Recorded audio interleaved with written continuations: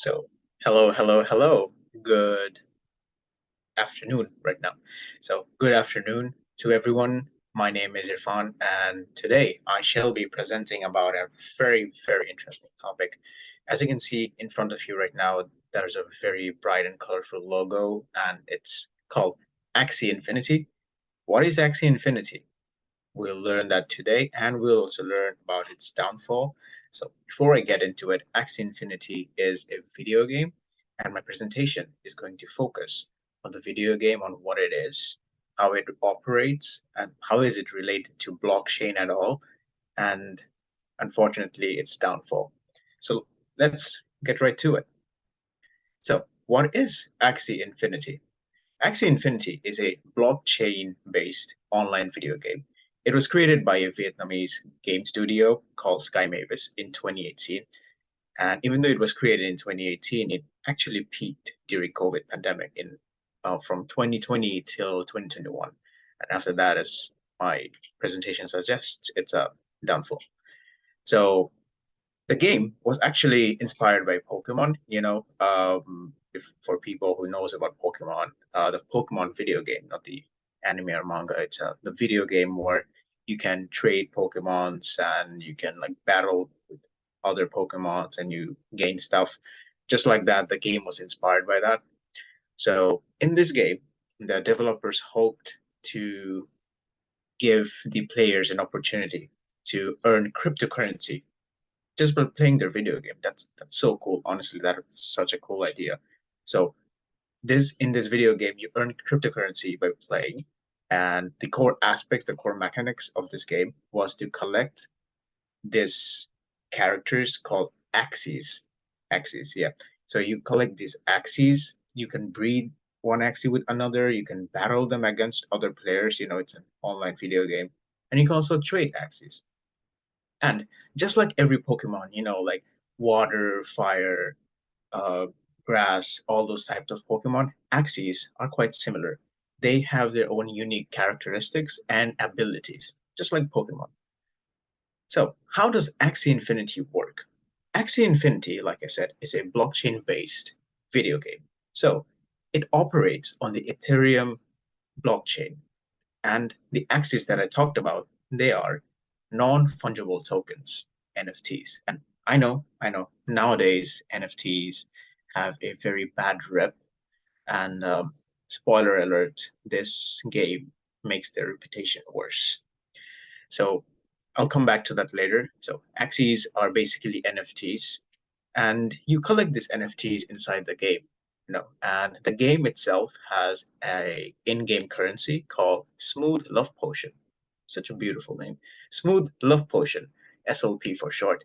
And you can use SLP to buy Axes. You also earn SLP by winning battles with against other players or by breeding rare Axes.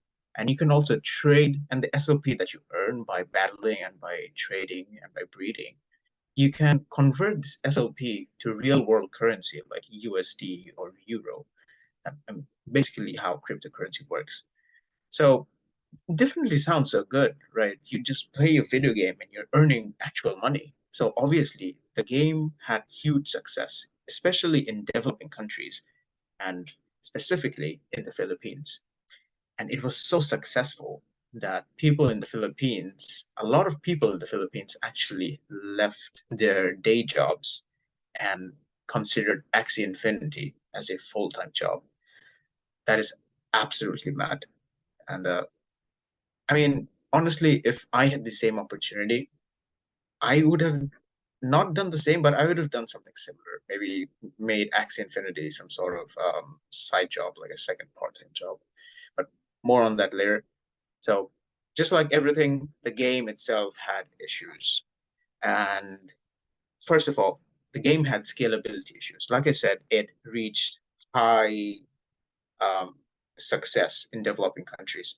So there was a very high demand of players, and there were scalability issues because it was solely relying on the Ethereum blockchain. And because of that, there was network limitation within the blockchain. The network was very congested, and it didn't allow new players in that whenever a new player came, they saw that the network was so slow, the game wasn't loading properly, or the transactions were not going through properly. The transactions were slow, the transaction costs were expensive. So it was all because the developers solely relied on the Ethereum blockchain. So what did they do? In order to mitigate this issue, the developers introduced Ronin. Ronin is an Ethereum sidechain, and Ronin is designed specifically for online video games. And because of that, Ronin had a high scalability, and it had a good network speed, and it had cheap transaction costs. So by introducing Ronin, the developers hoped that their game would have more new players. The game would be more lucrative to other people, to other players, because the network was faster now, the transaction costs were cheaper, and everything was smoothing, going very nicely. But they were hacked. Unfortunately, they were hacked. And let me give you a bit of context about what happened exactly. So in March 2022, the Ronin network of Axie Infinity was hacked. And unfortunately, over 600 million USD was lost. So how did this happen? Before uh, talking a bit more about why this happened, let's talk about how the hack happened itself. So basically, the hackers were able to access one of the private keys for the smart contracts via a decentralized autonomous organization, DAO, Axis, Axie DAO. So here's the thing. In 2021, when Sky Mavis was having issues with, the scalability issues, and they were looking into Ronin and other third-party organizations that could help their game run smoother, that could help their transactions go smoothly, they signed a contract with a DAO to help smooth transactions. The DAO were a third-party organization, right? So when they signed the contract, unfortunately, the devs forgot to restrict access to one of their validator nodes. So back then in 2022, Axie Infinity's smart contracts only ran on 4 validator nodes, which is not enough when you have such a high player base, when you have a huge amount of transactions going on and on every single day. Only 4 validator nodes is definitely not enough. And unfortunately, one of the devs, when they signed the contract and gave third-party access, they forgot to restrict admin access to one of the validator nodes. And that happened in 2021. So we still don't know for sure whether it was someone inside the DAO or someone inside Axie Infinity or it was some external hacker. But the hackers immediately took advantage of that mistake. And since 2021, they used the access to that validator node to create a backdoor into the Ronin network. And in 2022, the hackers finally, arranged everything, used the backdoor in the Ronin network to hack the 600 million USD. So a major cause of this hack was because the developers, once again, solely relied on a single sidechain.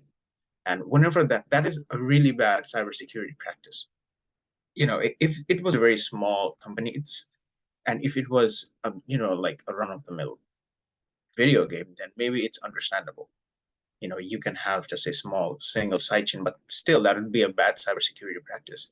But for Axie Infinity to be one of the top most famous online video games, to only rely on a single sidechain, a single blockchain, I'd say that was kind of dumb. So could this have been avoided? I don't quite know. So let's do a little bit of analysis. Let's do a little bit of speculation. You see, blockchains, from what we have learned in this class, what the professor has taught us all throughout this class is blockchains are part of the decentralized system that we all hope to have. And the case of Ronin and the other cryptocurrency hacks that has happened since 2020, 2021, 2022, and even this year, they all show us the importance of true decentralization. And in the case of Axie Infinity, that true decentralization was not present because the ability for a developer, to have access to a validator node. If the validator node had to be like the validator node was only able to be opened up by the dev himself, by the developer themselves. If the validator node required two or three more people's, how to say, I forgot the English word, uh, permission. Yeah, two or three more developers or two or three more organizations permission for access. Maybe hackers wouldn't have been able to get it, or even if the developer forgot to revoke access, the two other people did not. So immediately the validator node would be like completely secured. But because only one party, only one organization was responsible for the access of all the validator nodes, this shows us that even though it's running on a blockchain system, the organization itself is pretty centralized. So that definitely is not true decentralization. That is definitely what blockchains stand for. So Axie Infinity being at that time in 2022, being a $4 million valued company, it should have had better cross-bridge security. And ever since the hack of 2022, the player base of the game has plummeted a lot, to the point that the game doesn't exist anymore that much. Maybe not outside of the Philippines or other developing countries like Indonesia or Vietnam. So yeah, in conclusion, the Ronin hack, once again, just like every other cyber security, every other cryptocurrency hack, serves as a reminder that if you are to build a system on blockchain, true decentralization also needs to be present. You cannot just control all aspects of the system and call it decentralization. So yeah, we do need true decentralization if we are to work with blockchains. And obviously, there is a need for better security for blockchain-based systems. And that is all. That's all my presentation. Hope you guys learned something very interesting. And if you ever think of making your own video game or system based on blockchain, I hope you learned something today. That's all. Thank you so much for listening. Bye-bye.